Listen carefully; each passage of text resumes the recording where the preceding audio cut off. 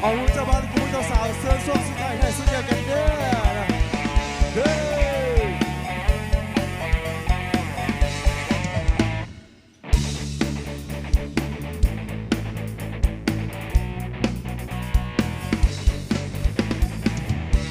สายตาแนมมาว่าฉันทำให้สั่นไหวว่าฉันห้ามใจบ่ได้หอยยิ้มยิ้มมาว่าฉันเกินจะทานไหวว่าฉันเกือบลืมหายใจจึงเกิดกับชาอยู่ในหัวใจเลยอยากจะถามหายของใจมีแฟนแล้วหรือยังหรือยังนี่จะขอให้เจ้าช่วยพิจารณาอีกคนดีก็ไปอยู่ในหัวใจสายตาหวานหวานรอยยิ้มหวานหวานอย่าคนหวานหวานแต่เจ้าก็เป็นบ้านใจ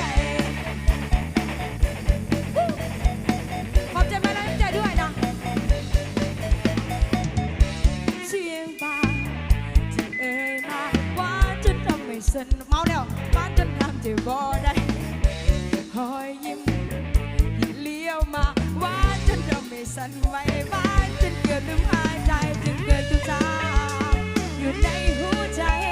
ไม่อยากจะถามหายของใจ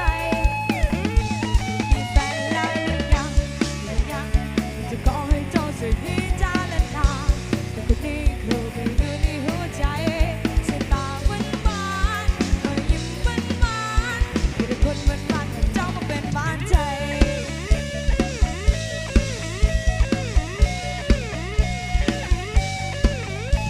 จึงเกิดกับชาอยู่ในหัวใจเลยอยากจะถาม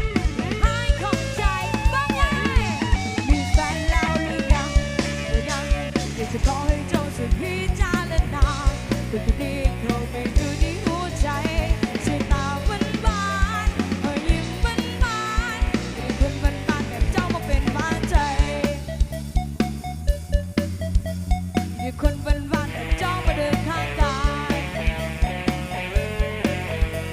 มีคน